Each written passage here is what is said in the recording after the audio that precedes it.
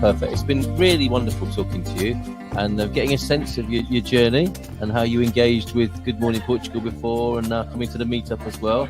So you know where we are on a Wednesday. Yes, I do. And you know where we are as a community. So make sure we stay in touch, please. Well, thank you for your efforts in bringing this community together, because you make it easier, more comfortable, less stressful for all of us thank you. by facilitating this. Oh, that's lovely to hear. Thank you. Oh, it's a pleasure. Absolute pleasure. Lovely to hear that. Thank you very much indeed.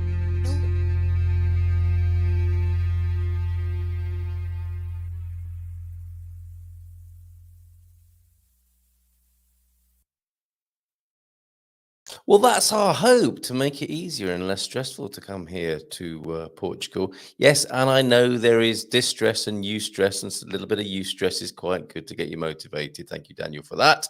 But you get the gist. We're here to help you move to Portugal from the United States of America, from North America, from anywhere in the world.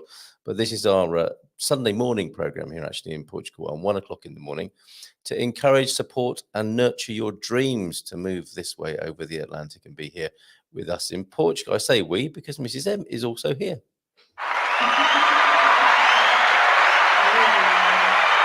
Shall I put your microphone on for you? That would be a good idea, wouldn't it? Nice and loud. How are you this evening? We just got up. I look like I've just got up, don't I? Yes, it wake me up, she said. I'm just going to put the kids to bed. I did say, like, I'm going to put the kids to bed. It's been a really long day. Wake me up. Make sure that I am awake for this. Yeah. And you didn't, and I just woke up 5 minutes ago and thought, "Oh my God, have I missed the show?" No, I didn't want to disturb you. Bless you, but the show is good with both of us, isn't it? It is great with both of us. I'm so glad you're here. I really am, but I didn't want to wake you up. Oh, I might have preferred to look like I haven't just got out of bed. I'm so sorry. I'm so sorry. Did you want the bright ring light? No. So that the creatures from outer space can land successfully. It's usually. Is that better? I feel That's slightly a bit less shiny. Yeah, I feel slightly less obvious, highlighted. Okay. Because my skin looks so pink. Women have all sorts of things, don't they, to put on their faces to stop that happening, which is something I don't tend to bother with in the mornings. Yeah, you don't really need it, and because of your ancestry, sweet of you to say so. Because of your ancestry, you don't look as pink as I do. Okay, fair enough. But you look lovely, if I may say so. Well, this is very and what a day we've had! Oh my goodness, what a day we've had! I think we've had a classic Portuguese day. Is it fair to say that? Yeah. I mean, it's been easygoing and it's been fun. It's been enjoyable. It's been boozy. It's been foodie. It has been very boozy, and it's really late. So that's to me, super late. Ticks all the boxes. Also, over on YouTube, we have. Let's just have a quick look at the current runners and riders. I've got a crazy idea tonight, Mrs. M. You may not want to. No. You might not want to indulge me with this. Oh no. What? Is it? Do you think it's safe to share that screen there with the back office stats? I don't see why not. I don't mind. I mean, I sometimes put myself in a somewhat vulnerable position, don't I? I think you're very, very vulnerable. I'm going to do it. I think you're very open, and I think I'd like to be as much as possible. I don't want to cause any lack of safety for the family, but I like to be very open and honest. And we got a comment actually saying, "I love your honesty," about I think maybe the week before last, and what we were talking about when I did that little presentation. Well, I mean, I'm here very honestly, not wearing any makeup. Yes, I'm here very honestly, having just got out of bed 5 minutes ago. I've got no makeup on. What's Jacqueline Branco doing? Oh my goodness! Morning, Jacqueline. Jacqueline, guess where we've been tonight? We've been to a carnival themed restaurant on the outskirts of Caldas de Rainha. Actually, I'll show you a bit of video. Oh, Alan, it was you who said that. Bless you, about being honest. I'm impressed that you two are doing this at this late hour. Thank you. It's our pleasure. It really, truly is our pleasure. It looks like Carl's been to makeup, and he's been sort of like tweaked and made look good. I should have been, because let me show you. Let's see if Jacqueline knows where this is. My eyes feel so puffy. I'll give you a glass of wine and that'll sort it all out in just a minute. Portuguese wine sorts anything out, doesn't it? Okay. But Jacqueline, where's this? And this is something you might want to look forward to, folks, if you're heading.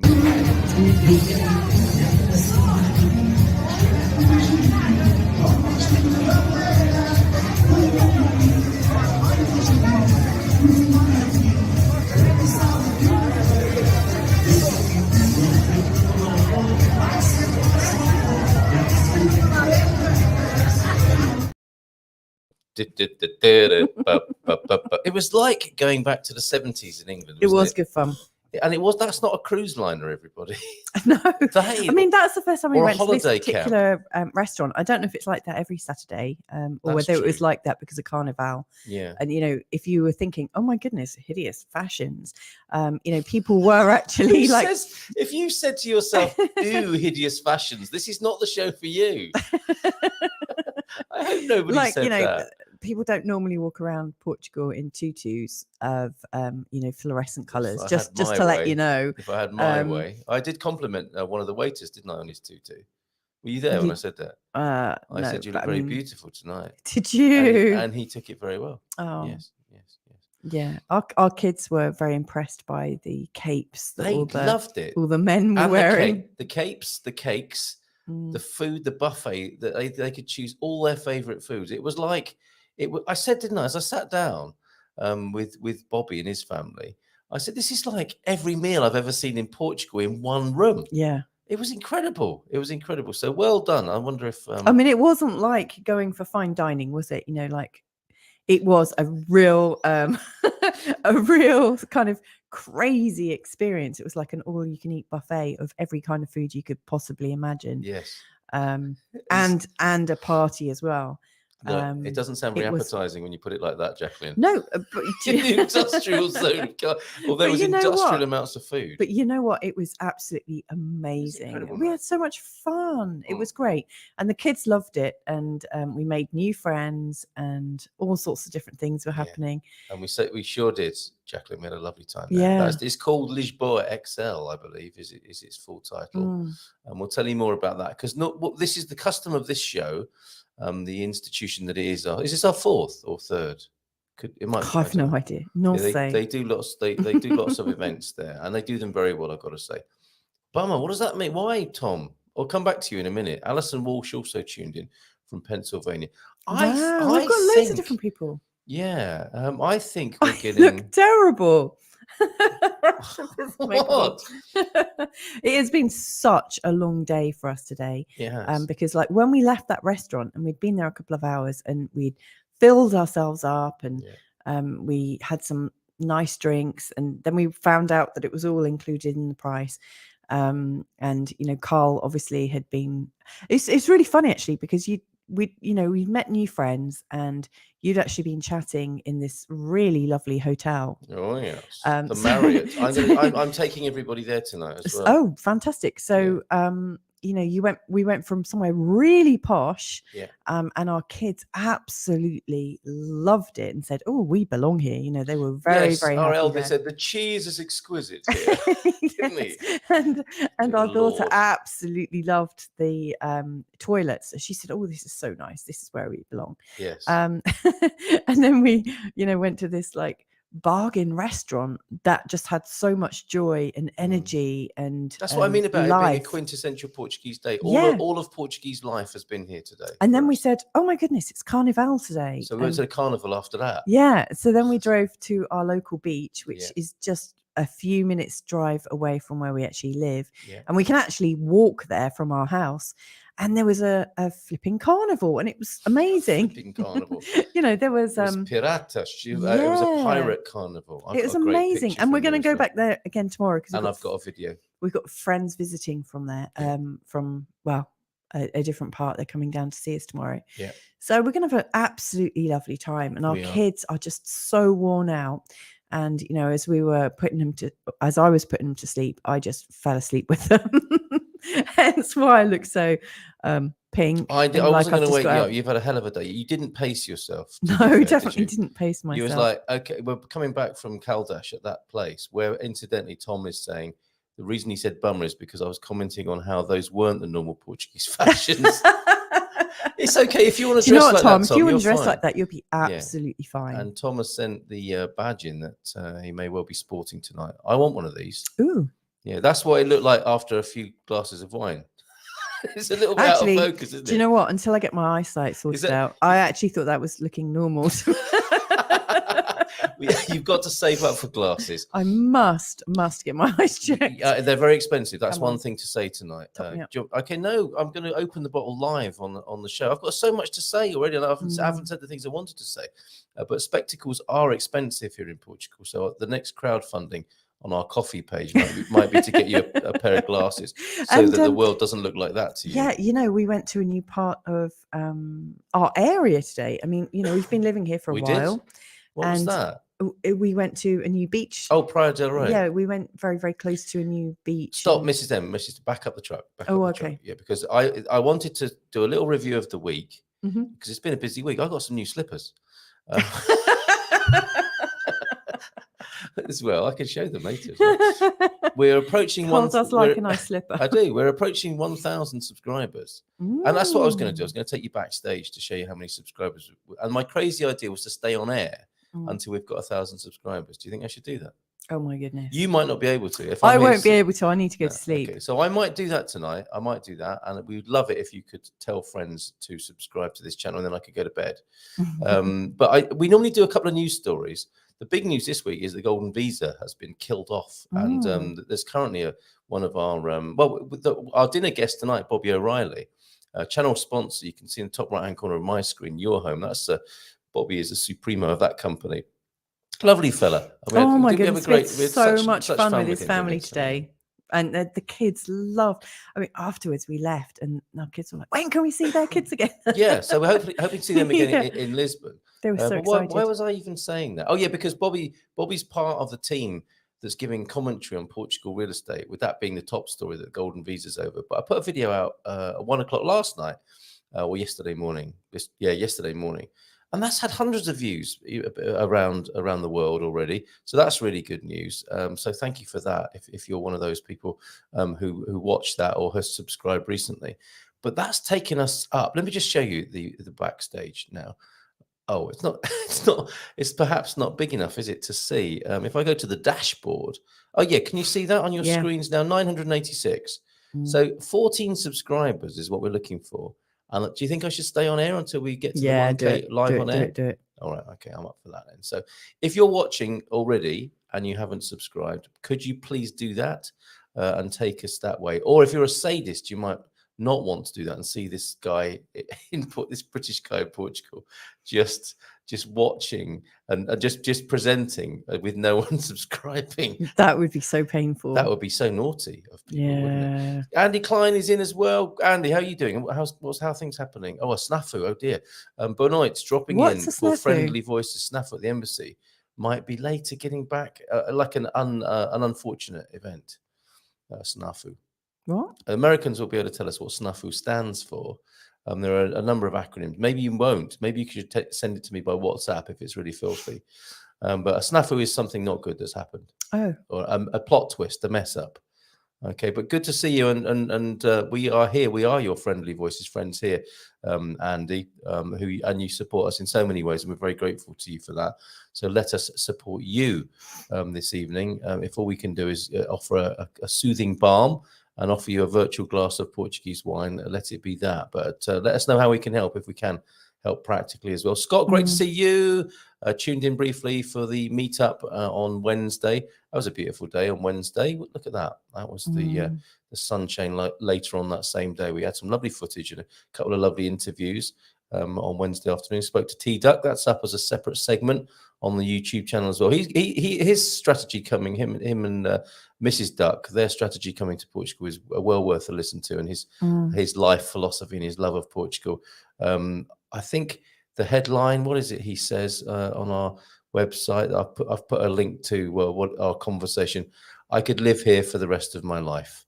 Was the quote that came from that interview, and that was the sunset we looked at. A lovely afternoon, and thanks Scott for tuning in and saying hi on Wednesday. And I still don't know who owns that building up on the hill that you asked about, but thank you for being here tonight. Yes, do it, says Jacqueline. Will you stay up with me, Jacqueline, until we get to 1K? And Nancy Benedict also here, Ola from Las Vegas, Nevada. Thank you for all the information you provide. Well, Nancy, we'd love to do that, and I'll give you a little tour of the website and show everybody what services we offer, because we don't often do that actually. No. But what information do you want tonight? Let us know. Yeah. And we'll do our best to help you with that. Hello from Pennsylvania, from Alison Walsh as well. Sorry if I've already said that, but I'm just so glad that people are tuning in. Ubi's here with a Bonoit Portu Brits et al. And yeah, Alan Grouse from Connecticut. I'm impressed with that we're doing this. He is impressed that we're doing this at this late hour. It goes timeless, doesn't it, Mrs. M? Do you know what? I don't feel like I'm here. I feel like I'm kind of, I'm looking at my body. I feel like I'm having an out-of-body experience. Okay. All right. I think you need one of these, don't you? So maybe. Tonight's show just brought to you before I go to bed. That's shining nearly as much as your forehead was Yes. just a little while ago. Yeah. This is Quinta de Lapa, which is established in 1733. My goodness, that's an old quinta, isn't it? It's a Tejo DOC wine. It's a proper wine producing region certification of the Tejo.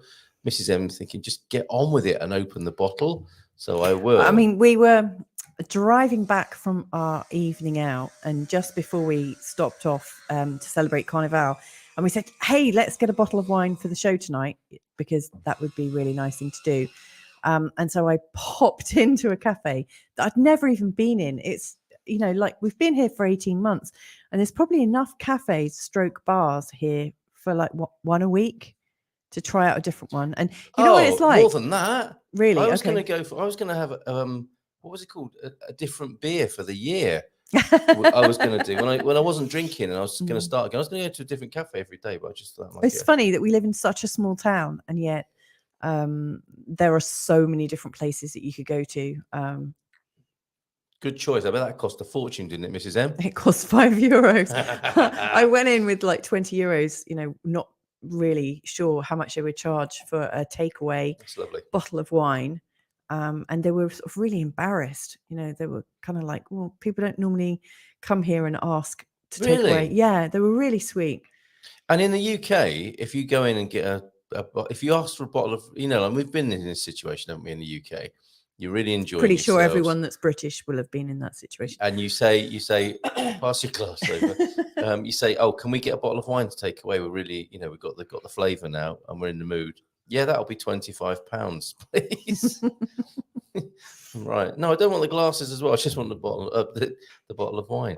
£25. Anyway, this is €5. And very good of them. I don't think I've had a bad glass in Portugal, really. A bad glass of red. Yeah. They do differ, don't they? Cheers to you.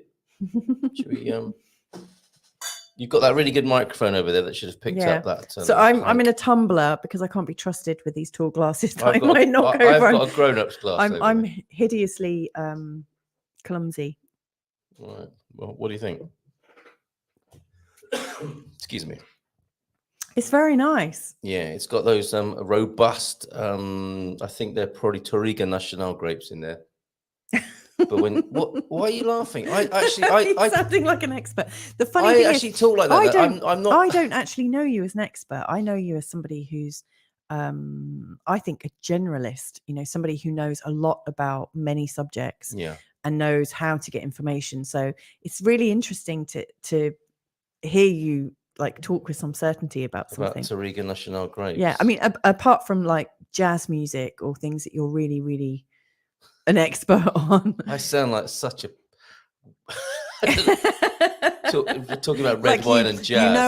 You know about broadcasting. You know about music. When you were looking online and you saw my dating profile, perhaps. And if you saw that I was a guy who was interested in red wine, there's no way I'd gone anywhere and jazz music, it would not have been for you, would it? Thank goodness. Well, you know, when we were both in the place to meet, we would never have crossed into each other's profiles because I was looking for somebody who'd never been married and who wanted children, and you were looking for somebody who was divorced and had already had children and didn't want any more. So we would never have like been in the same sort of category. Hello, America. This is Portugal, not a dating show. Bit of backstory for you there. I'm not sure if they still do it, says Jacqueline, about this restaurant that we were at. And we'll play that video again for you a little bit later. And a carnival video as well from here in San Martino de Porto. When it's someone's birthday, you have to have a booking of 4 people. The birthday person, they will give you a bottle of bubbly and a cake. Well, it was funny because when we arrived, our friends, our guests, or the people that we shared a table with, lovely Bobby, is it O'Reilly? Yeah. Or I wasn't Double O'Reilly. I if you didn't know don't if you mind. put that O in just, because he looks like Bond.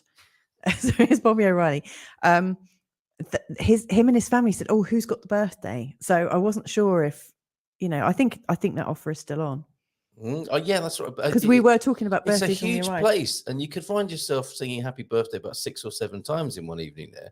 Yeah. Because I think a lot of birthday groups going, but that sounds like a lovely idea, and we'll bear that in mind. Yeah, and Our kids want to go back straight away, don't they they? do. They had a ball, didn't they? And I can think of parents that want to go as well. Okay, first questions. We're going to go straight into the questions, it Mhm. seems, because it's already 20 past. I can't believe it. The news headlines I was going to look at. Oh, and the most romantic capital in Europe is. We should look at that, shouldn't we? Sure. GNR's Operation Carnival 23 starts today. So that's an opportunity for a bit more income, isn't it? But also, yeah, they're doing a good job. Well, are you saying that they're going to be the GNR, like the police? They're going to be arresting people just to make money on car No. It does- misdemeanors? It does happen, doesn't it? It does happen. Yeah. So final countdown. They're not talking about our YouTube channel Mhm. to getting to 1K. They're talking about the golden visas. So that is we've got some great coverage of that on our YouTube channel. So that's the Portugal news. We might come back to those, but we want to get to your questions. That's the main reason we're here. Hello, America.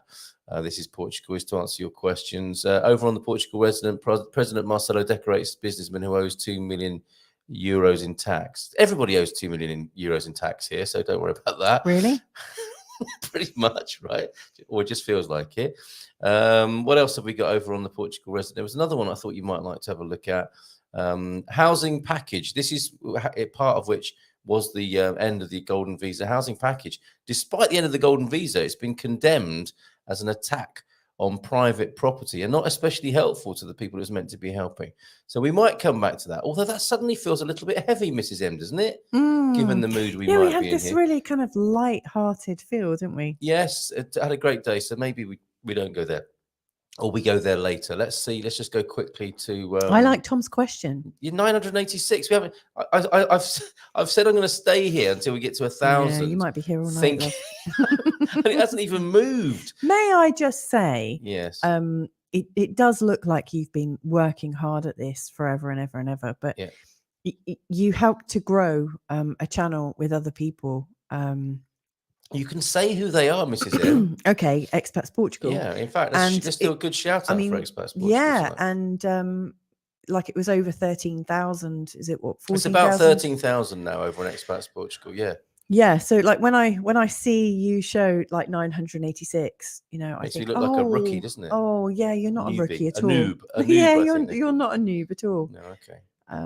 All right. So, we have Expats Portugal who I did grow to 13,000 along with Jerry and Astrid over there, and I wanted my own sort of creative expression, so I went independent towards the end of last year. But we work with Expats Portugal, and we have an affiliate relationship with them. So if you want to connect with the dream team over there at Expats Portugal, let me bring that onto the screen now before we answer your question, Tom. Thoroughly recommend working with Expats Portugal for the nuts and bolts of moving to Portugal. Dream team, nuts and bolts. Work with them on a Thursday night. With this dream team here, you'll see Astrid there. We recently interviewed about the changes over at Expats Portugal. There's Gilda, there's Sarah Davey, our currency expert, Jacqueline Moulin on mortgages, Daniel, the Lisbon lawyer, our dear pal, Nuno Mendes. Oh, I spelled his name wrong. Typo. Nuno Mendes. He's a menace. And FWM, Serenity, and the weekly webinars that happen, including the Dream Team panel on a Thursday evening.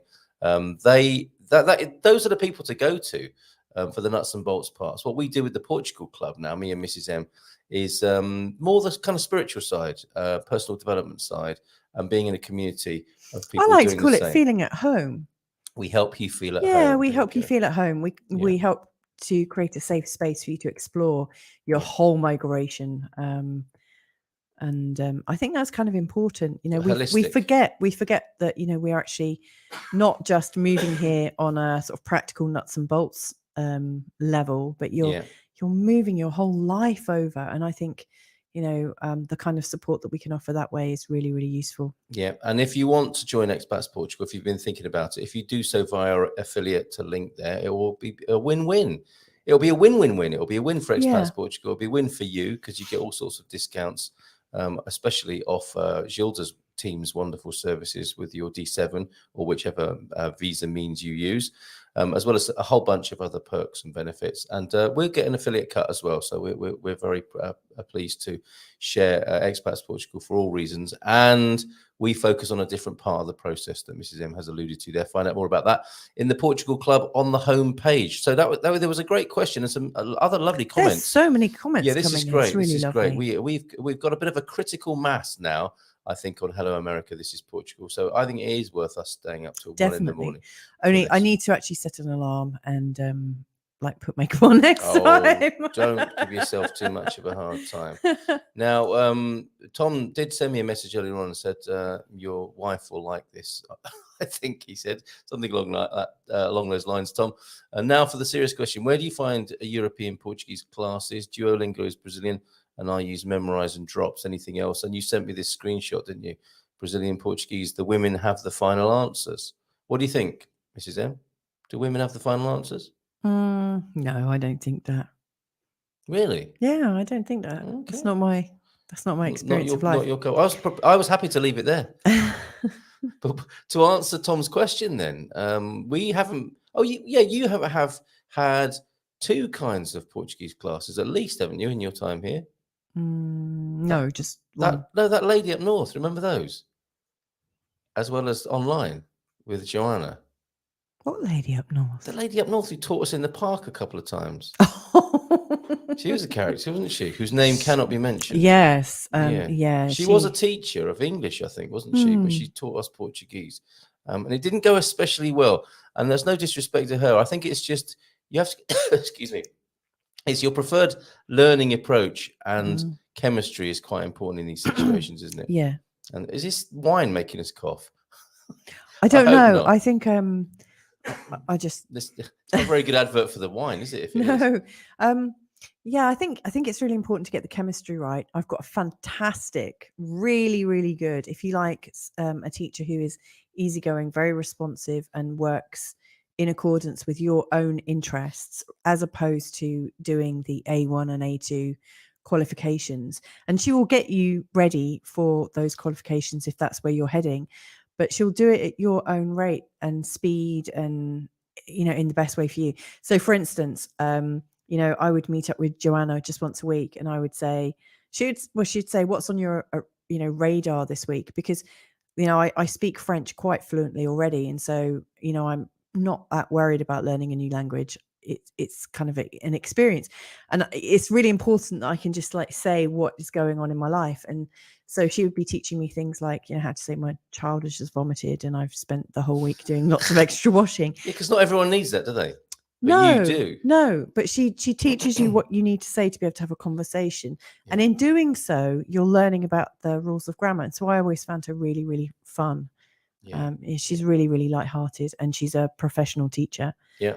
And I think, she's one of these teachers that's actually benefited from the sort of culture shift that occurred at the time of the COVID going online. Phenomenon. Yeah. So from being an actual stand-up teacher, she started to work behind the scenes, but she's excellent. Okay, well, so I imagine you could connect people with her. Definitely. All you need to do is drop me a line and I can put you in touch. Now, of course, we have our very own Filomena Pascual.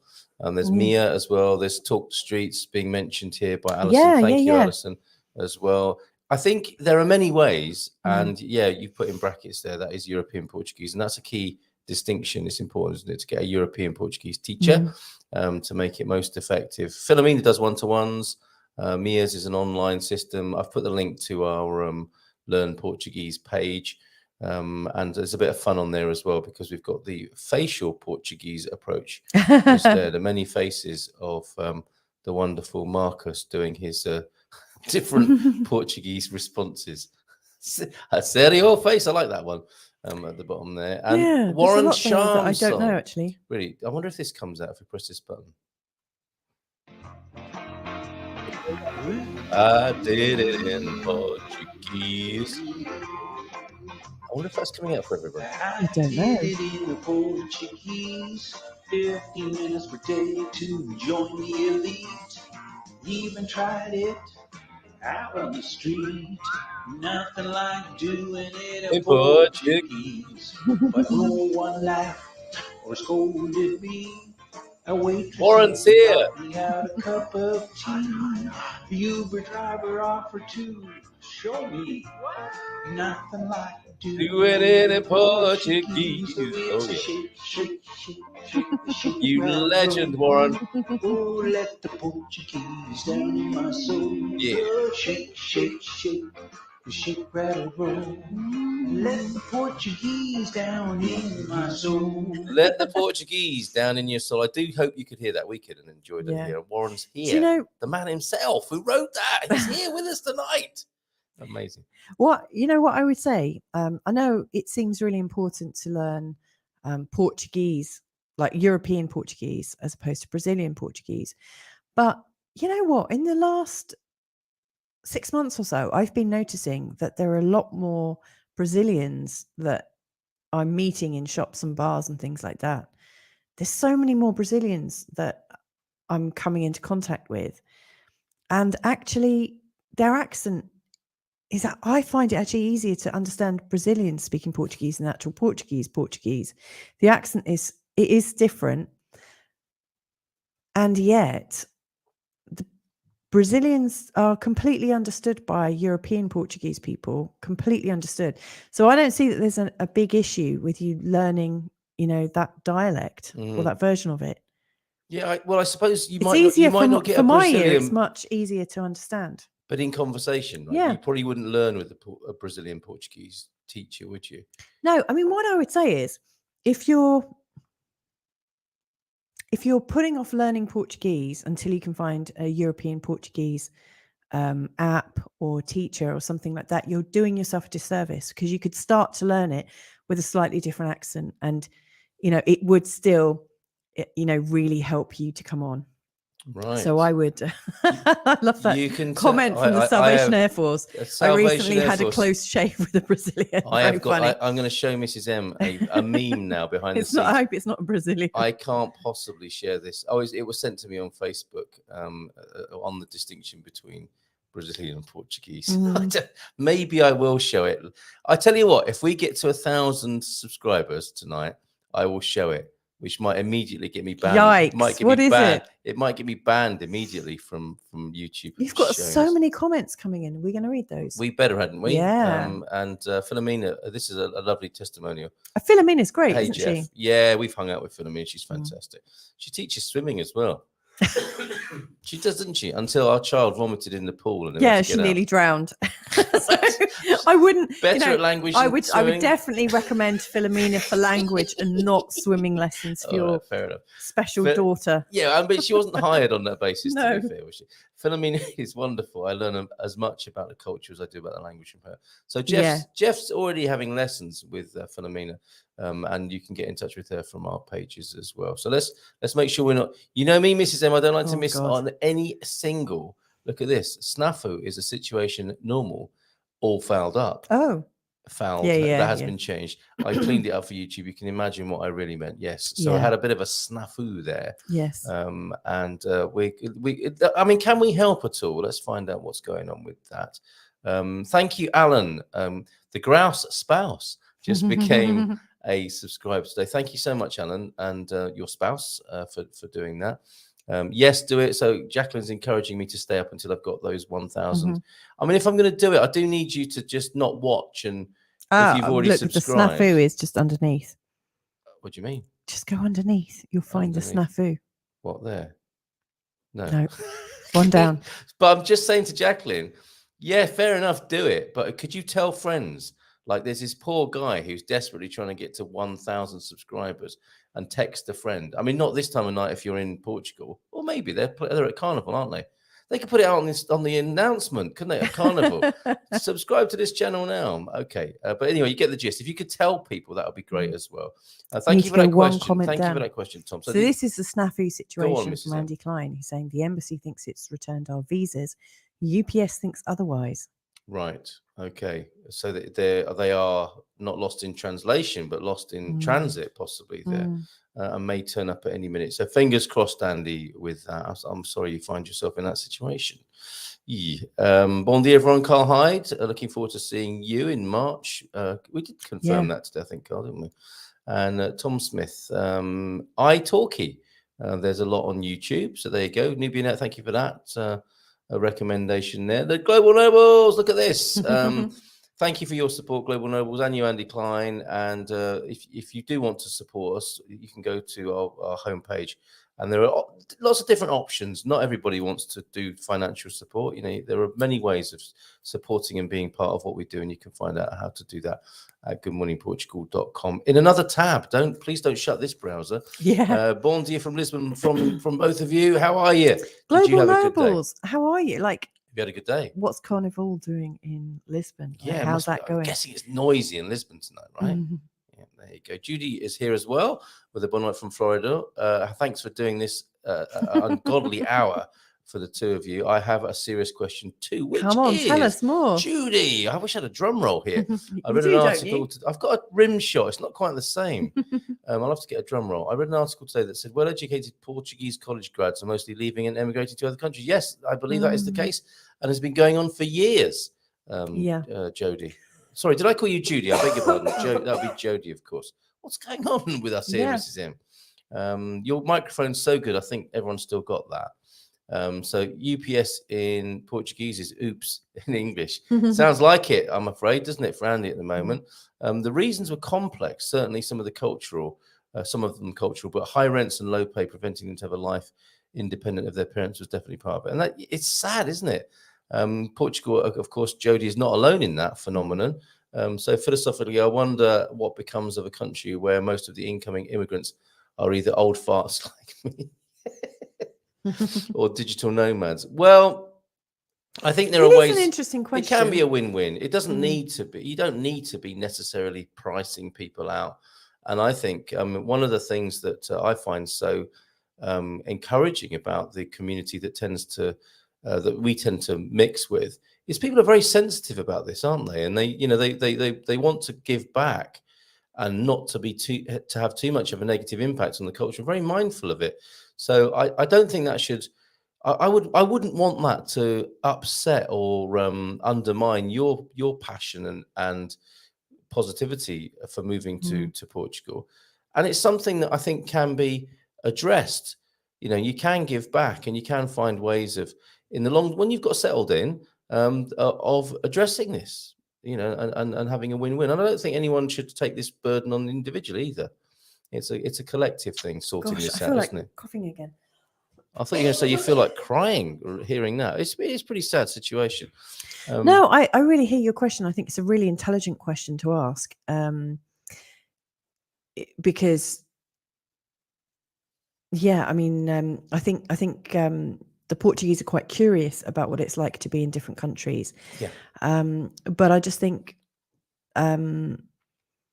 I think the universe doesn't like a vacuum, and so where people leave, other people arrive. Yeah, the economy doesn't like a vacuum either. Like nothing, like where a vacuum arrives, all of a sudden that's an opportunity for other people. And so, you know, I just think the culture here is changing quite considerably. Yeah, and the people working here are changing as well. But that's the case for every country. Yeah. And you know, and a lot of Portuguese people do end up coming back, and they come back with children or grandchildren even. And also I'd say there's a couple of things there. The first is it's almost a cultural expectation. It's kind of habit, isn't it, that people do go and work abroad, and then they come back. So they're quite used to it. Don't they? Well, they're coming back and they're taking advantage of the NHR even now. And there is a return. I think there is a net return. Do you want to explain what the NHR is? Yeah, the non-habitual residency tax. If you've been out of the country, I think for more than 5 years and can demonstrate that, it doesn't matter where you're from. Even if you're Portuguese and you've been out of the country for that time, you still get that advantageous tax arrangement. So some Portuguese are seeing the benefit of coming back, and it's very culturally ingrained to move away. Not that makes it any better, but certainly people are used to doing that since the 1970s we heard of, haven't we? So it's definitely in the blood and in the genes of the Portuguese people to move away. But yeah, that does have an impact, and it doesn't help if they can't even if it's not like an open choice. And I think there was definitely an economic driver with that. I worked with a guy when we were thinking of moving to Portugal. I worked with a Portuguese guy. So I'm thinking of going to live in your country in Portugal, and he was very encouraging. He's very happy in the UK, earning much more than he would have done here in Portugal. And then the first 2 or 3 years, I think after Brexit, he said, "Do you think I should come home?" He asked me, Portuguese guy asked me if he should come back to Portugal. I said, "Yeah, of course. You know, I love you. I love your country." So yeah, you're right, Tom. It's been like that for decades now. And I think, if you listen to Bobby talking about the golden visa, the golden visa is not to blame. Inward investment shouldn't necessarily be to blame. I think it needs to be a very thoughtful and perhaps, as Bobby seemed to be saying, not necessarily within the scope of short-term thinking politicians to figure this out. There does need to be affordable housing for the local native people, and that can be there. There can be a political will. I think, Warren, you've also got ideas on this. I think you made a comment on our YouTube channel about that. So there is a way, where there's a will, there's a way, and I don't think there's necessarily the will that goes beyond the short-term and partisan approaches of politicians necessarily, is what I seem to be finding out. But Jodie, excuse us, Jodie, I really don't think you should, it's not for me to tell you how to feel, but certainly I do understand why you might feel uncomfortable about that, but I just think this should be a shared problem rather than one that any individual feels especially bad about. I also think a lot of it depends on your your lifestyle outcomes, like, what you'd like your lifestyle to look like. So for a lot of Portuguese people that have grown up in nature and sunshine and all these kinds of things that they've taken for granted, they might well want to experience other things. They don't necessarily see that their country is as positive as maybe people that come from colder climates. Yeah. Without such, so much access to nature and whatnot. From our perspective, and we are seeing, younger families moving here as well. Yeah. From our perspective, it's a really safe environment for children to grow up in. Yes. And it would be a great place for grandchildren and things like that to visit. So yeah, there's all sorts of different things, swings and roundabouts. But I think we're really living in an international community now, all around the world. And really, people are just finding themselves in the right vibration for them at the right time. Jodie, please don't feel guilty. Tom, and let us know what kind of lifestyle you're hoping to have, because you may well find that the kind of lifestyle for you is best suited in down south or up north, and each of the different environments in Portugal, even though it's such a kind of like modest sized country, there's a different feel for the sort of environment that you might want to experience. If, for example, you went to the central Portugal, I think you would be welcomed as somebody who is investing. May I have some of your water, please, my darling? Yeah, of course. There are places you can go in Portugal where you'll be positively encouraged and welcomed, because you're actually bringing life back to places that are lacking life and vitality, because people have moved to the cities. And you're not necessarily just bringing life, but you're bringing a different part of culture and education and finances and expectations and things. Yeah. Because, in a lot of these areas around the back or in central, they may well not have had as much investment or we got ourselves a theme here, haven't we, it's really reminded me. I remember years ago when I was working for a really large corporate, I was doing some management training, and I was told, always give somebody a really good reputation, because if you give them a good reputation, they'll live up to it.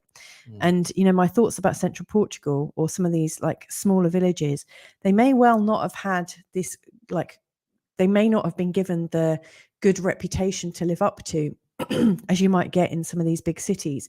So in these big cities, a lot of people are kind of proud of being there and really doing stuff. And a lot of these smaller places get completely overlooked. And yet they're so charming, and there's so much going on in them, and there's so much real community. I love it. We've got ourselves a theme this evening. Jodie, you have really nailed it tonight with a theme that I think others will really find an interesting thing to consider and Yeah, Pat, if they're not as mindful of this as you, they might think about it, and others might come up with some creative responses as well. So thanks for the response. You're saying to Tom, it made me quite sad to read it and a little guilty for wanting to move there, and people Well, are responding to that. may I ask what you're feeling guilty about? Is it, that you might have more access to wealth or causing people to move or pricing them out? Yeah. Maybe. I think that's part of it. If you've not tried Tribo, I suspect, in Balearic for great food and amazing view to see the surfers, excellent breakfast of bacon and mushrooms. That's as much as I need in a breakfast. On toast, that would be fine, or in a sandwich. I think there might be a little bit more to come there from Jacqueline, but thank you for that recommendation. You see, when you come as an immigrant, foreigner, expat, you go and try out these places, and that puts money into the economy, absolutely. And with a massive value-added tax, don't worry, Jodie, you will be putting something into the economy here. Definitely. To fund all the wonderful things that we see going on here in Portugal. Good morning, Carl. I know Douglas is still up. What are you drinking, Doug, at this late hour? A bit of brandy, maybe? And good morning, everyone. Ada saying, hey, Ada, try practice Portuguese. Yeah, I love those guys as well. They were some of the first people I interviewed, actually, when I started the Good Morning Portugal podcast. I really like their pronunciation aids. Ooh, what are they called? Rui and Joel, I think. Isn't that a practice Portuguese? Tom Smith, I can't even say Portuguese, let alone learn the whole language tonight. Jodie, don't feel too guilty. You're coming in, spending money, and most importantly, not taking up a job. Absolutely. And even if you are taking up a job, that is good. That's good. That can be good for the economy as well.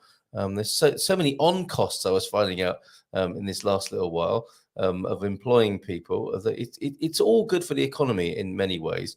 And I think there are things that can be done to moderate, attenuate, make good, the win-win of coming here and contributing. And we're having some ideas coming in, I think, as well about that. True, Tom, but it seems that all the immigrants are driving up rent and real estate prices. Well, on the other side of that, Jodie, when a Portuguese person ups the price because the immigrants are coming in, that Portuguese person benefits from that as well. So there's a benefit for Portuguese property owners. Also, I would say, I lived in Bali in Indonesia for a while, and you get two separate economies springing up. So you'd go to a supermarket, and if you were obviously an expat, you would be charged a certain price, and there was a completely different pricing system for locals. And so whilst it's not the same in the supermarkets over here, yikes. You're not showing that, are you? If I get 1,000 subscribers, go carry on. Sorry, Carl just flashed something onto the screen. What I would say is, forgotten what you were saying. Yeah, that was a little bit in my face. Sorry. But what I think people have creativity to try and even out the balance. So, the Portuguese know how to manage their lives in such a way. Like a lot of expats, when they move to it, like Portugal, they'll be trying to buy the same products that they've always had in their own country. And they almost try to recreate their life in Portugal. And there is a definite premium to doing that. Yeah. Whereas Portuguese people try to live like Portuguese people, and it's much cheaper. Yes. So if you live like a Portuguese person and sort of buy like a Portuguese person, you will find, it's just a different situation. Certainly. I hope that made sense. Alison Walsh. Well, you can come and spend a lot of money, and you can also, I think, as some people are proposing here, make a contribution to the culture. And we are by nature, aren't we? Us human beings, we have an imposition on nature. And I think we are an imposition on society wherever we put ourselves. Yeah. And we can make that more or less so, can't we, with mindful behavior? Yeah. And you sound like a very mindful person. Absolutely. And I really want to stress, I'm not trying to diminish your concerns or worries. Yeah. Because, we've had very similar ones ourselves. Yes. What I would recommend is you come and have a visit and see how you find it.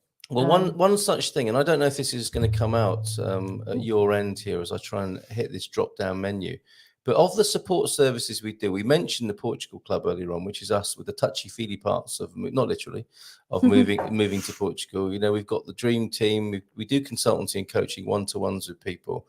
all sorts of things. Silver Coast tours, the supermarket tour, even going back to what Mrs. M was saying about living here and trying to find the things that you like. We help Brits in the post-Brexit situation with consultancy. We've got our Silver Coast meetup. But a new idea, and I was talking I've talked to a number of people recently about this, and something that people seem to like is this idea of expat angels. You know, there's an incredible entrepreneurial startup culture here, and for some of the expats who are coming over who've got a corporate, industrial, entrepreneurial, enterprise knowledge and a lifetime of experience which they could offer as a mentor, that'd be an amazing. I mean, it might be in the form of investment in hard cash, but it might also be in mentorship as well. So there are many ways really to engage with the local culture. But I really feel for you in what you're suggesting, Jodie. And I just, you know, like I said before, I'm certainly not in the business of telling anyone how to feel, but I do, it does seem a shame to me. I don't want your guilt to get the better of you, because I think there are practical things that can be done to attenuate that. Also, I mean, that's also happening in our own cities, states and countries. Well, we moved away from the UK, didn't we? Because we couldn't get a foothold. Yeah. You know, I mean, we are part of it. Yeah. I mean, we are economic migrants ourselves, really. I mean, to live the kind of lifestyle that we wanted to live in the UK, we just couldn't possibly do it. Yeah.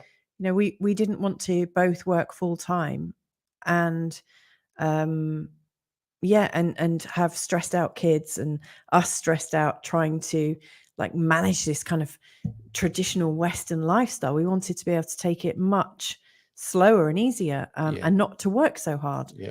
You know, I think a lot of British households need 3, possibly even 4 wages to be able to pay a mortgage at the moment. Turns out we've ended up working twice as hard and staying up till 1 a.m.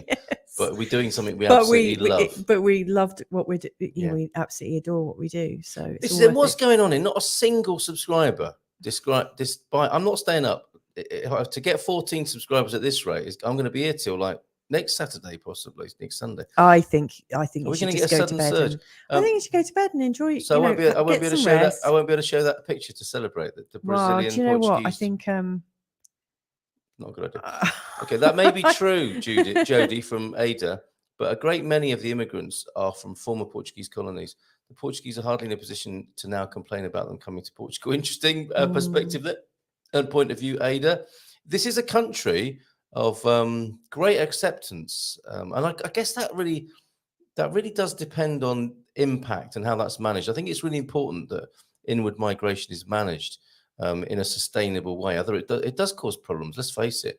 If it isn't managed in a sensitive way, and if you have like people you don't know imposing huge, disruptive numbers of new people into your community, and you've had no say in it, I think that's really difficult. And I don't think it needs to be like that. I think communities should have a say in who comes into their communities, and many communities are very welcoming like that, and may even be more welcoming than the government would have them would suggest or impose. So I just think there's a better way of doing it often than is currently on the table or being suggested. And I think the Portuguese, because Portuguese people have been around the world themselves, that they tend to be very open-minded and welcoming to foreigners. That's certainly been our experience, isn't it? Absolutely. So you have people say, "Yeah, where are you from?" London. I used to work in London. Yeah, my cousin's there. Or I used to work in America or wherever. And I just find Portuguese people really brilliant like that. Yeah, they're really amazing. I love it. And we are in a time of greater numbers, and I think it does need to be managed sensitively. And I think it behooves us individually to manage our own impact as well, clearly, which is what we're doing tonight. I have a great Portuguese teacher, says Carl Hyde, currently learning pronouns. So what are os bastardos then? We kept hearing that, didn't we, on the PA tonight? Yes, we did. At the pirate festivals. You're talking about o, a, os, I think they're the pronouns. Surprisingly difficult. Good luck with that, Carl. I look forward to seeing you soon, and congratulations on the recent appointment at the agency. You're on our current big hitting YouTube video that's nearly at 400 views about the golden visa and the Portugal real estate update there. So thank you, Carl, for being part of that. Statistics I read today were pretty astonishing. So tell us some more, Jodie. Can we have a link for that? We got a nice testimonial for Philomena there. You're coming up against a lot of comments that you've already shared. I'm going into a treasury of previously read comments. Would you like me to find the new ones? No, Oh, I can do okay. it. Ooh. No, I would not. Well, no, I Thank see. you. I see. We've not seen this I one. know. I know that you like to keep this to an hour, and we've only got 5 minutes left. And That's why I was saying. And I painstakingly and forensically go through all the comments. Same thing happening in so many places. Small towns in the USA becoming more and more populated by old folks. The young go to the cities to study and don't return. And you would think, wouldn't you, Ada, that we would learn from this and that we would do something about it? But I think there's a real problem. You know what? I mean, there are a lot of people now who, they move away to, get a bit of cash behind them. Yeah. And then they think they want to come back. A lot of people do like to come home because home is where where everything is, and you know what to expect and whatnot. And then they move back into the villages that they may well have left or that they know of, because in the villages, with their newfound wealth that they got from one country, they reinvest it back home. And some people don't want to come back. I've heard of this as well. Yeah. Some people just come back. Like, I don't think we're coming over here to get a material advantage. We're unlikely to move back to the UK. And if we did, like, where would we go? Can you imagine where would we go?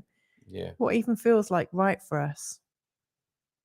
Sorry, I was thinking too much about that and not concentrating on what's in front of me. Yeah. Memrise is the app for EU Portuguese. Thank you very much, Carl, for that. Tom, I've heard that there is a bit of a merger of Brazilian and European Portuguese thanks to YouTube. And yes, that will be a cultural trend, won't it? Much to the chagrin of some Portuguese people. I mean, there have been efforts to bring the two languages together, and there's been opposition to that. It's just one of those incredible things, isn't it, about human beings? There's a particular shifts. kind of friendliness about the Brazilian Portuguese accent. It's really quite cool. And you're seeing a similar merger between British and American English thanks to Peppa Pig. Didn't know that. Well, also, if you've got international, they're really British, aren't they, Peppa Pig? Do you know what? Pig. I don't think that's got so much to do with like emigrating. I think it's got more to do with the fact that most people are watching things like YouTube and Netflix, which has become the dominant culture for TV now. Our children, one child in particular, has a very strong American accent, and our youngest, who we've been potty training, keeps asking to put his pants on, and so we a diaper. No, he wants his pants, and so we go to give him a pair of like boxer shorts. He's like, no, long pants. Put my pants and on, he's talking about trousers, which is very what different. What have you done to our language? But I mean, this is what's happened culturally all the time, isn't it?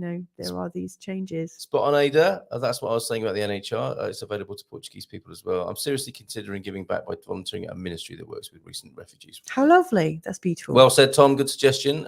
We do the same as Americans. Say the global nobles. We move from state to state for better opportunities. Yeah, I know it's not country to country, but we leave our home state quite often out of small towns to big cities. Yes, the churn, right? The cultural churn, economic churn of people moving out of the country for a few years and coming back can be both beneficial both for the individual and society as a whole. You gain experiences and bring them back. Yeah, actually, it's kind of like the model of what happens when you grow up, isn't it? Everyone is always bringing back something new. You'd hope so. Yeah. So instead of the circus coming to town, actually people leave the village now. Plus the Portuguese are explorers at heart. Not surprised that they want to see the world. Yeah, it's definitely in the blood and in the genes. Thanks for the discussion. I really do appreciate it, says Jodie. Yes, I do see people bringing life back to Central Portugal. Fantastic, which is where I'm hoping to settle. Yes. A big reason for me moving here is safer and more gentle for my children. Yeah, same here, Carl. Here, Carl. A little more innocence for them. I think that is invaluable. Our kids are brilliantly innocent, I think, aren't they? They have no idea. Apart from YouTube. They are, yes, even though they watch things on YouTube. The experience of our children, I mean, they're so delightfully innocent in a way that I know if they're in the UK, they'd be quite churlish, probably. Yes. Yeah. And edgy. Yes, true. And tonight was a really good example. Yeah. I'm gonna play this clip again, and we'll finish with the carnival segment that I made earlier on. But they really are allowed to be children here, aren't they? Well, this was the atmosphere in the restaurant tonight. This to me was like going to a birthday or wedding reception, birthday party or wedding reception, as I recall in the 1970s as a child. Yeah, and it was the same atmosphere in this restaurant tonight. Check this out.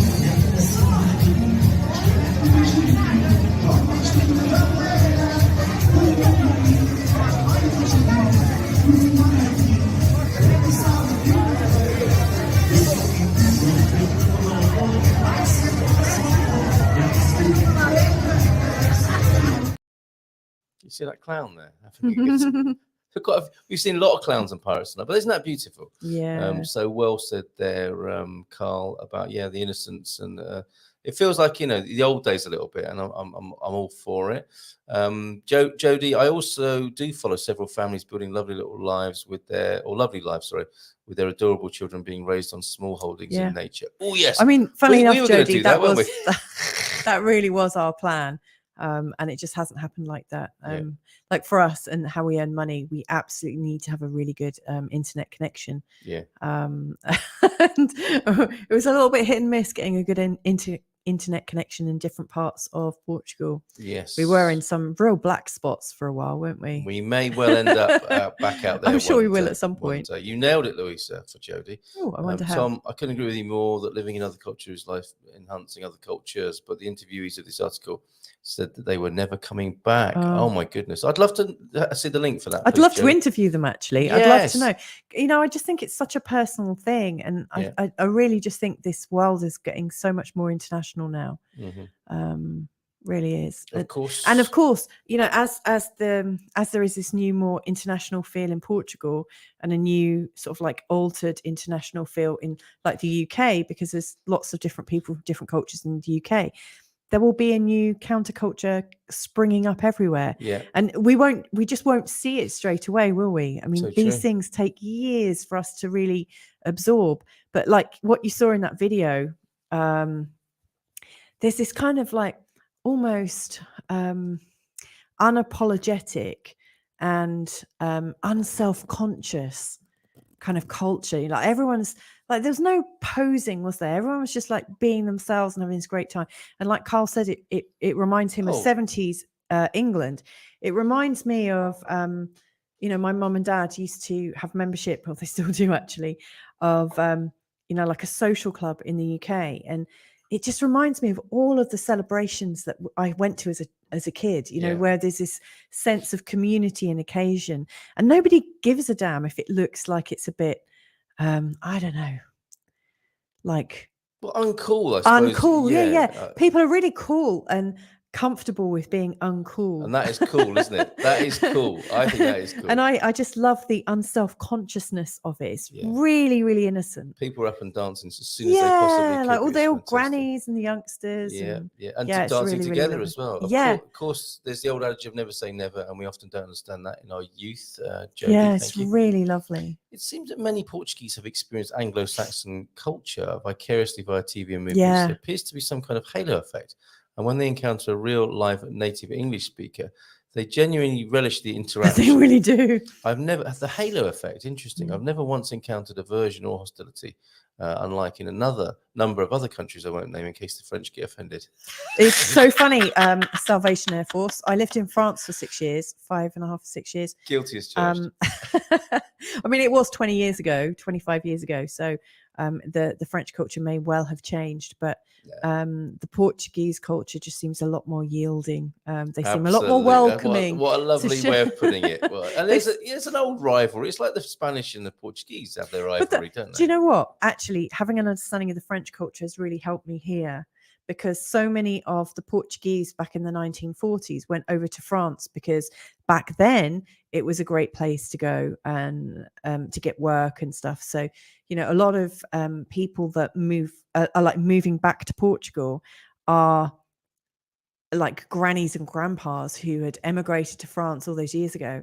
And they've come back, sometimes with their grown-up children and their grandchildren, but like in the summers, especially in central Portugal, and you'll really see this, Jodie, when you come over in central Portugal, all of a sudden in the summer, the roads are filled with French number plates, because they all drive straight across Europe. They all come home to the spiritual home, which is Portugal, to visit grandma, and they all get these French hire cars and they all come back. And all of a sudden, everywhere you go, they're speaking French. And so there is this like crossover, and it's delightful. It is. It's really great. Yeah, if you speak French, in fact, Jodie, you'll find that useful. Actually. We moved here to the suburbs of São Martinho de Porto, and we moved here thinking, we're in this like suburbs. There's going to be loads of interactions with Portuguese. Our Portuguese is going to come on in leaps and bounds. And our neighbour over the road French, but moved here as a child because her origins are French Portuguese, but actually Portuguese. And then our next door neighbor, who's married to the president of the town, of not the of town, country. was born in France and came over as a small child. Yes. So the crossover is absolutely evident, Mhm. and it's amazing. It's great. Yep. Salvation Air Force, loving it. Then thank you for your poem as well earlier on. Is that for me to read on Monday morning? Thank you for Salvation Air Force. I've seen some of your comments in WhatsApp with Carl. He's your a rascal, conversation. isn't he? I love it. It's If so you funny. Yeah, especially the Medway one. If you I look haven't at seen the all those. Portuguese statistics, says Nubianet, you'll see people from North America and Britain all together wouldn't make up half. Yeah, of the that's true. Barely, not even that, right? Mm. There's ways of not inflating, and you're being thoughtful is a good thing. Yeah, Yes, it really is. It's a real gift. Well, yes, Nubianet, I know the war in Ukraine has brought many digital nomads. We met a Ukrainian fella, didn't we? Really lovely Ukrainian young Yeah. family. Beautiful. You'll soon receive, thank you, Alan, your 1,000th subscriber. I've just checked and we're up one. We are now at 987. Thank you, everybody. And whoever this is, thank you, Facebook user. Shared your Ooh. page to 3 pages to get to 1,000. Thank you very much. so much. We will celebrate when we get to that point. It all helps. We work on various a wide ranging income stream model of multiple streams of lots of little bits. Basically, I think that's a good way for us to operate, and the YouTube channel monetization will be a good thing for us. We could all unsubscribe and resubscribe really quickly. You're making me cough and laugh now with that, Nina. I believe the majority are from Brazil. That's right. Yeah. They're the articles, aren't they? Not pronouns. Okay, so the pronouns. What are pronouns then? Okay, that's it. Pronouns are it, they, he, she, and so on, aren't they? Okay, the ones from Brazil are likely from former Portuguese colonies. That's right, Jody. And there's also investors from China. This is different from the people of Chinese descent who are immigrating. Yeah, and often with I think the biggest number of golden visa investors were Chinese, and they only need to be in the country, I think, 2 weeks a year for that scheme. And I don't seem to make the criticism that's heard about the golden visa people who only are here for a couple of weeks a year is that they buy the property and don't live in them. So it makes kind of ghost developments. Well, that's kind of like Russian investors in different parts of London, isn't it? Possibly. Wealthy and middle class Portuguese are accustomed to paying 1 year's rent up front. So they're more comfortable paying more. Americans aren't. I didn't know that. I just thought the whole thing of being asked for a year's rent up front was because some unscrupulous landlords were taking advantage of people. I didn't know that. We had to pay 3 months up front, didn't we, when we started in total? I read someplace that many Chinese and golden visas spend the minimum amount of time in Portugal and purchase mainly anticipating making money on the investment. Yes, that would appear to be the case, Ada. It was a link from Facebook, and I thought it was the Portuguese news and couldn't find it again after going back to Do you know what, Jodie? If you find the article, I'd love to have a link to it. You could send it to carl@goodmorningportugal.com. We can use it. Did you see what I did there? Yes. And we can use it in another show because, obviously it's created quite a bit of discussion here right now. And we're all good people, aren't we? Everyone that's here, we're all wanting to have a good life, and we're also not wanting to disadvantage other people. And it's really lovely. But it would be lovely to get some context around this article. Yeah, I don't think anyone's having a go at any particular races or people. I'd love to speak to some Chinese people about their move here. Love, you are half Chinese. I mean, you might not be culturally half Chinese, but quite. And my Mandarin is rubbish. Carl's mother is. They think of me as an Ingorjian, not a Chinese, what? but Ingorjian is English. Oh, suddenly a fly in here. Not Chungorjian, but Ingorjian. Ada, I don't think so. There's just a big deal. It is. It's very interesting. Good night. Thanks for the video. Have a great night's sleep. All right, Alan. We get I'm the glad hint. you're getting We get the hint. Good night's sleep. And I suppose that's one reason, Ada, of the reason why changes proposed to the golden visa. It's done by the sound of it. It sounds like they want to get away from simply an investment property. Do you know, when you were having a conversation on the show during this week, and I think you've put the highlights of it in the new video that you just released last night. Yeah, absolutely. And when you were talking to Bobby, he didn't seem to think that it was going to create a massive impact in terms of people from America and Britain. He said there are things they need to start doing not things they need to stop doing. Interesting. Isn't that a brilliant insight about politicians?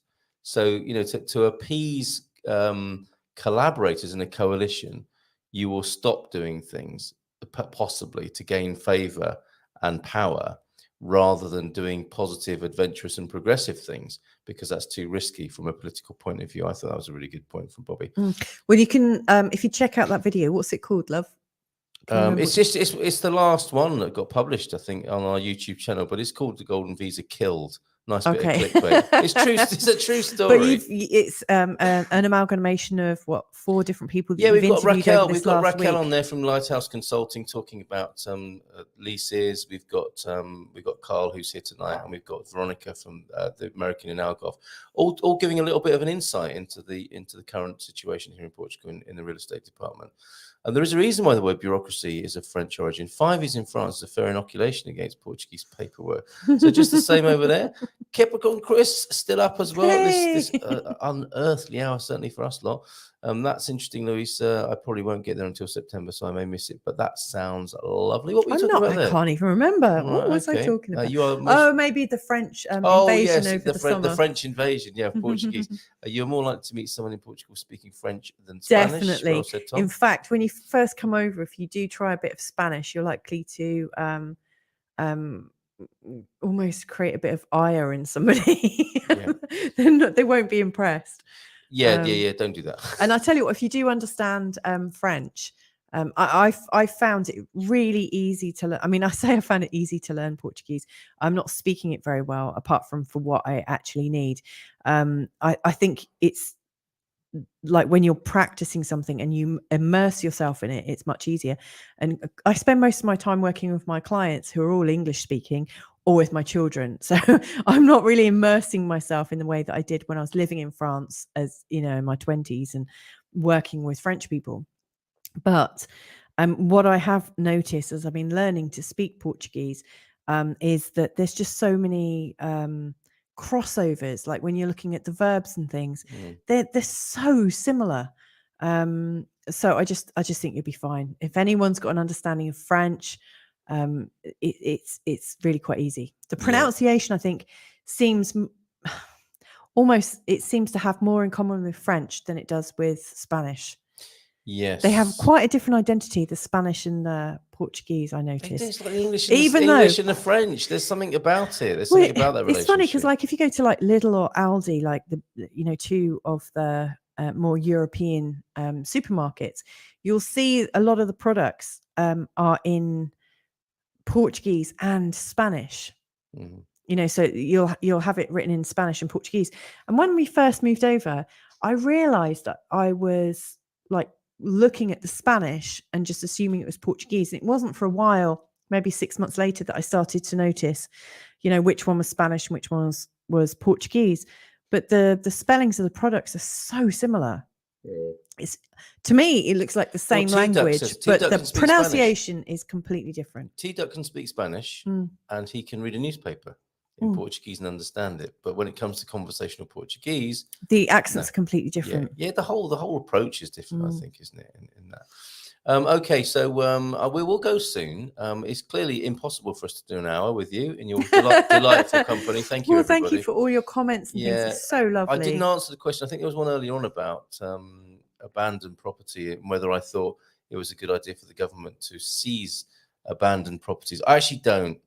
Honestly, I think governments have just kind of stepped so much into people's lives. It's a bit of an overreach in the last little while. Global overreach. I do understand it. I do definitely, think that makes sense, doesn't it, rationally? Do you know what'd be even nicer if the government said, "Wow, it looks like you and your 20 cousins who've inherited this property are in a bit of difficulty. How about we give you some money or an incentive that you do it up rather than just like reclaim it?" Yeah, and then what happens? That might be nicer. It might be nicer, but then the cousins and the brothers and sisters say, "Yeah, that's a lovely idea, government. Thank you." And the government says, "Okay, we're going to put your taxes up now so that we can do that." I think you're right, but it depends. And I think this is an issue around the world, and a little bit of an insight into my own personal politics here. But the problem is one of at what level of government are we talking about?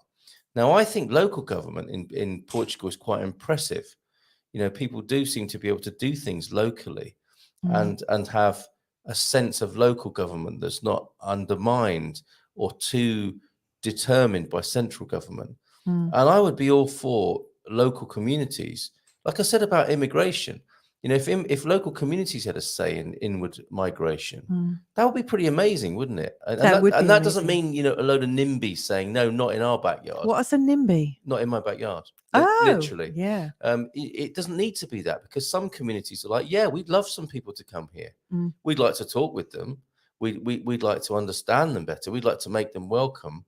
And that happens from people talking to people, doesn't it? Yeah. It doesn't happen so well when governments just impose situations and quotas and laws and so on people from in communities they don't know people, and people don't know the government. So I think at a local level there could be some quite interesting stuff done, and at a local level people must know who owns the house in the way that central government does. Yeah, because there's been a couple of times when we've been in central where the old bill, that's like slang for the police. The GNL. The police, that's British slang.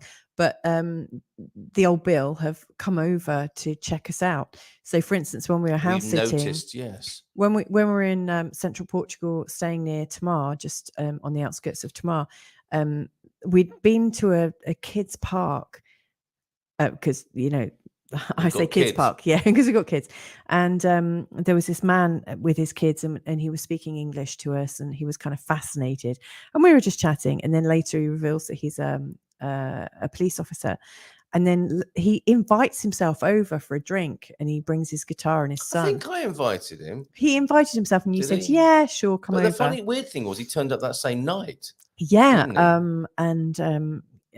he stayed, and he wanted a tour, and it was really strange. We never saw him again.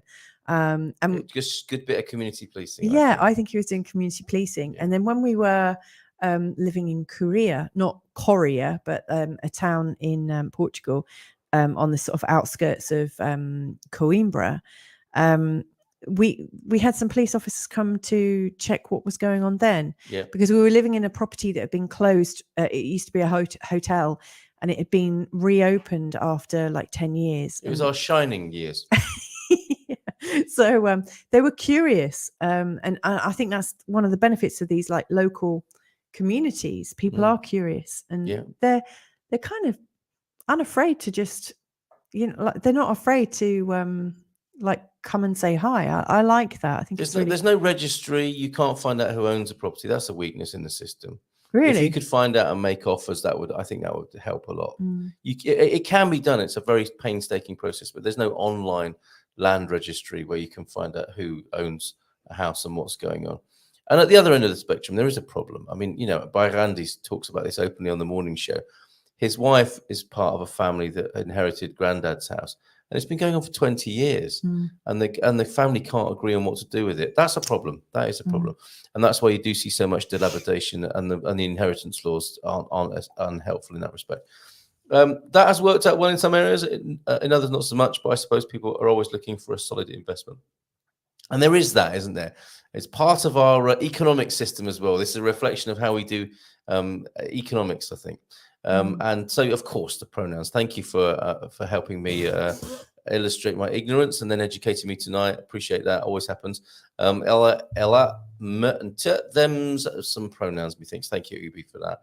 Will do, Louisa is going to find the link for you there. Thank you. That'd be great. 1 year up front is unscrupulous, definitely not normal. So don't accept it. Say no. Says our expert, Carl Hyde. Just he knows. Say no to he that. knows. Inheritance laws, yes, but it sounds like the government may not have a real appetite to tackle the issue. I mean, come on. What do politicians have a real appetite for? Self-aggrandizement and progress through their political career, right? It may not come from there. There are plenty of potential carrots and sticks. Sorry if I sound cynical. It is 2:20. I've heard if you can't speak Portuguese, try English, French, and Spanish in that order. Yes, that's the order I would do it in, for sure. Find your piece of Portugal, love it, worship and cultivate it. Don't change it, embrace it. Well said. That's so beautiful. Yes. Could you read that again, Mrs. Sim? Okay. Find your piece of Portugal, love it, worship and cultivate it. Don't change it, Embrace it. Embrace it. Absolutely. Right. Beautiful. Yeah, very good. I noticed that between Spanish and Portuguese, to Louisa as well from Jody. A tip: don't speak Portuguese as it is written. Speak it as it is spoken. There you go. That is what I was told by my neighbor. Wise words. I gave an illustration of that tonight. In the book, it says, "Olá, bom dia. Queria café, faz favor." That's the whole thing for ordering a coffee in a cafe. As it is spoken, café. That's your lot. When a Portuguese person goes into a cafe, they might even not even say anything. They might be known so well in that cafe, they just get given a coffee anyway. It's very different. Yeah, we got some British friends living in Nazaré, just up the road, and they go to the cafe every day with their kids, and they just bring what they want over. They they know exactly what they want. Yeah, the usual. I don't think it's okay for government to seize properties. Well said, Ada, as far as I'm concerned. But plenty of other tools. For example, in my USA state, property tax is much higher on vacant properties. Now that's a good idea, isn't it? As is insurance. Owning a vacant property is very expensive. That will be a good incentive to do something with it. In Italy, they decided to charge much higher property taxes on anyone who owns a second home, so it incentivizes those who inherit properties to not leave them empty. That sounds good, doesn't it? Warren, the incredible, the legend among us here tonight. Thank you, Warren. Wrote the theme tune, of course, for the Good Morning Portugal show. Warren, I'd love to meet you. We're going to meet Warren at some it'd be point. so good. I hope. We learn French in Canadian schools. I agree with you, Mrs. M. I can read enough of Portuguese real estate ads, etc., with some comprehension. Verbal Portuguese is very difficult without immersion, maybe. Yes. Spot on, Warren, absolutely spot on, and I'm sure you'll pick it up when you come here. And a lot of it is the willingness to be like a child, and this is something one of our YouTube videos recently is of our friend Anna here in Portugal, in San Martinho de Porto, who does immersion in this way, and like learn to speak a new language like a child does. Let it wash over you, and it's a bit like learning to walk, isn't it? As a child, eventually one day you decide to have a go at it. And yeah, like our boy. I mean, this is what I know will happen for us. I mean, because we've been really busy, like raising small children and also like building our businesses. We haven't immersed ourselves in the way that we would have done if we'd come over, both of us single, and needing to work actually in Portugal, like I did, when I was working in France in the 1990s, which seems like such a long time ago now. And, like if I was to talk about like Carl and I and our understanding of Portuguese, I would say we've got the comprehension of Portuguese in the way that our now 4-year-old understands. Well, no, because he's really suddenly come on in English, isn't he? Like he's really, really fluent and understands everything. But maybe like a year ago, when he was like 3, we have been like getting really used to the sounds over the last few years, and that makes such a difference. And he and I have a similar approach to Portuguese. He'll say a Portuguese word, and if he gets it right, it'll be all smiles, won't he? Yeah. And I do that in cafes. Yeah. And also like I mean, this is the great thing about having such small children, is like he will not know a word for something, and he'll describe it, and he might I'm trying to think of an example now, but he might describe something that he's doing, and it might be like 2 different words that are completely unrelated, but when you put them together, there is a sort of resonance to what he might be describing. Yeah. And that is actually how people learn a language. You don't speak for 2 years, do you? Exactly. You just listen. Yes, that's right. And I was doing a bit of research into it, and there are apparently every child is born with an understanding of every single vowel sound or every single sound that there is, every phonic. Yeah. And then by the time they are 2, they have learnt all the phonics of the language group that they belong to.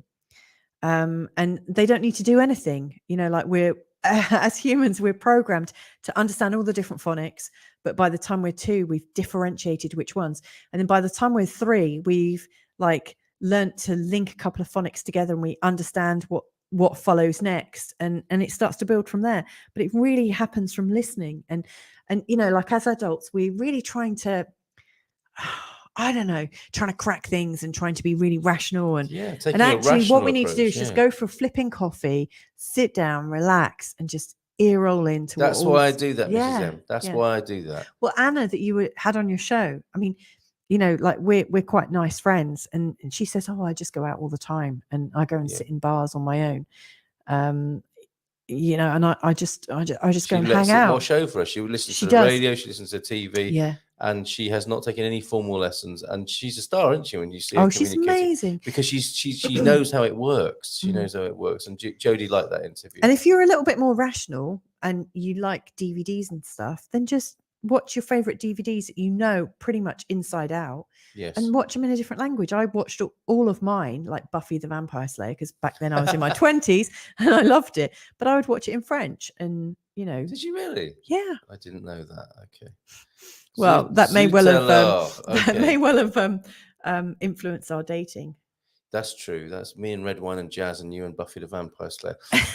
Okay. Ubi. Pronouns. Yeah. Bloody difficult. I think it's yeah. Yeah. Okay.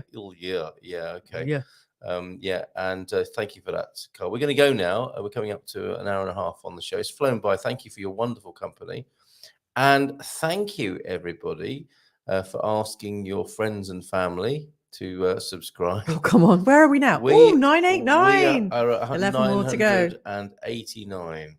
And you'll see on that view there. Look at that, Carl. That video you're a part of has had 393 views in about 24 hours, which is good for us. Yeah, and do you know what? In a few months' time, that's going to shoot up, love. Yeah, well, I want us to. I do clickbait from time to time. I don't really want to be one of those YouTubers that is thinking about the numbers all the time. I just want to get to 1,000 so that we can have a little bit of monetization. But it's not about the numbers. It's about being able to take care of ourselves. What is it? Our lovely friend Rob used to say, to wash our own face as a channel. So it does help when we get up to 1K. But I'm not going to be getting all weird about numbers. And you're not going to be getting your knickers in a twist, are you? I'm not going to get my panties in a bunch about that. Okay, that's why I try to listen to Portuguese before I fall asleep at least once a week. Salvation Air Force. In my recent experience, almost all Portuguese are deaf. What? Well, they respond really well to sign language in here, but pointing is not a good thing to do in this culture. Interestingly, I don't know if you've seen that Salvation Air Force, but nice joke. Thanks so much for your time, Judy. It's been a pleasure. Thank you for giving us our theme. Yeah, thank you for giving us our theme tonight. My dog Smells. Where have you been? Look, my dog Smells is back. Go on. I don't actually know who my dog Smells is. Great picture though. Look, great YouTube pic. I love. Is that a cat? I think it might be. Yeah. Jodie, just before we go to My Dog Smells, I don't know if you join us or Carl on the morning show, or whether you're joining us because it's Saturday night and it's a better time for you. But it'd be really useful for us to know, because that will help us to, plan the shows for the right people at the right time. Yeah, good. My Dog Smells. Okay. Our hope is to relocate to Portugal in the next few years. Thank you for your wonderful show and the help you provide. That's so lovely. How does your dog smell? Terrible. Okay. Dogs do stink. Stop it, Mrs. M. Don't Sorry, start I that. much prefer cats. Okay. Took Mrs. C to a few of my teachers in the village petrol station. I get free lessons everywhere. Yes, that's the spirit. Look at him at the post office, the cafe, the butchers, Lidl, everywhere. Thank you, Global Nobles. Great program tonight. Thank you, Carl Luisa, and to Jodie for introducing a fascinating topic. Now to bed in Lisbon. Carnival won't let you sleep. You're not going to go to bed. Surely it's noisy outside. And here's one. Could you take a video out of your, where you're staying? Get your mobile out. That would be great, wouldn't it? Like New Year. It's crazy, wasn't it? Yeah. Warren, formal vocabulary learning is too isolated. I was taught to learn short common phrases and put them together. That's a really good strategy as well. Yeah. And this, the final comment of the evening from Eurico or Euristo. I think Eurico, a Mota, a Portuguese gentleman, I suspect. Hola, to say that I really like your work. Good job. This is my first comment. I understand that I don't belong to your target audience. Votos de excelente domingo para todos. Abraços. A hug and wishing us an excellent Sunday to everybody here. Thank you so much for that. We really appreciate it when Portuguese people tune in and congratulate us on what we do. We love your country. Yeah, thank you for making us feel so welcome. Thank you for having such a beautiful, friendly, loving culture as we experienced tonight. And we'll leave you with a clip of the Carnival in San Martinho de Porto. really demonstrates that. It's oh really look, lovely. so that live, just catching the end, but I'll catch the replay while I pack. Oh, leave it tomorrow! Fantastic. When do you get it? Like, when do you arrive? Are you coming straight here? Are you stopping off in Europe? Are you coming to? Come to the meetup. Are you coming to the meetup in San Martino di Porto? And it's quite sleepy in Belém. Yeah, it would be, wouldn't it? Belém is lovely. Isn't it? Lucky global nobles. Do you know what, global nobles? My hot tip for anybody, and I don't know who doesn't like who doesn't like a hot tip. Last thing at night.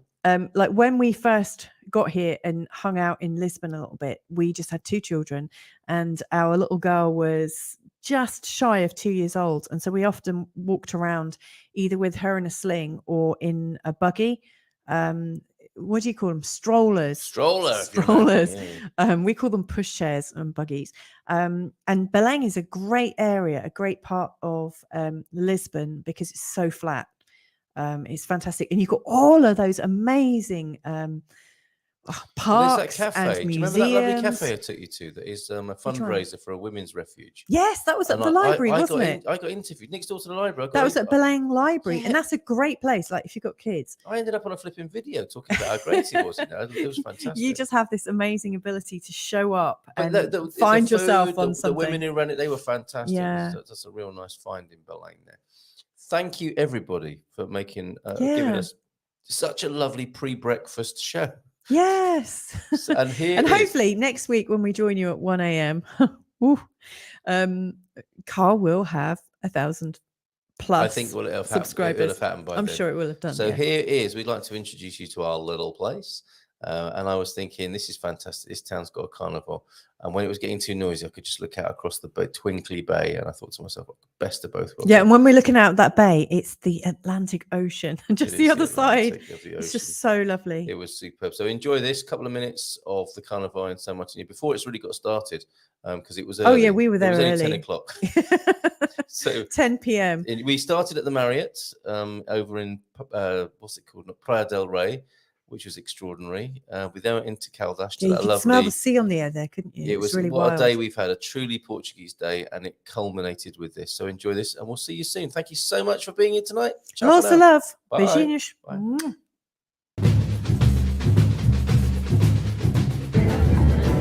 Oh, I say. Cheese shop. Where are we tonight? Well, it looks pretty, doesn't it? There we go. Let's have a little wander around town tonight in San Martino de Porto on Portugal's Silver Coast. Oh, chimes. You can hear the hum of music. Atmosphere. It is festa. Oh, more meat. My goodness. Mouth-watering delights and drink at every turn here as we're limbering up. I think it's quite early still for Portuguese Carnival. It's just about 10 o'clock in the evening. But there's music and food and dancing. Aromas in the air, all vying for our attention right now. Quite incredible. So this is the green where we normally have our meetup, which is quite a sedate and pleasant spot. Quite quiet on a Wednesday. But look at it tonight. It's been turned into a pleasure zone. Look at that. Incredible. What a transformation. Super dupes. This is early though. It is early on in the evening. Music everywhere. Food everywhere. Booze everywhere. Trampolines.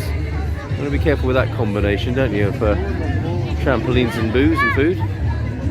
But look at it. Sights and sounds of Portugal at carnival time. It's amazing. This green, utterly transformed. It is a pirate festival as well. Pirate themed, pirata themed carnival here. Oh look, there's a cannon on the deck. Look, down below through the portholes. Incredible. And that's out to sea behind the boat here, where the kids are bouncing on the trampoline there. So much here. This might be the chill out zone. And then a last little shot here for you of Palmeira. Our pal Nelson in his shop window there. That's our host on a Wednesday. Fantastic. There he is, and he's inside the cafe there. Hey Nelson! Oh, is this something I said? Alright, good night. We're going off for a festive time now.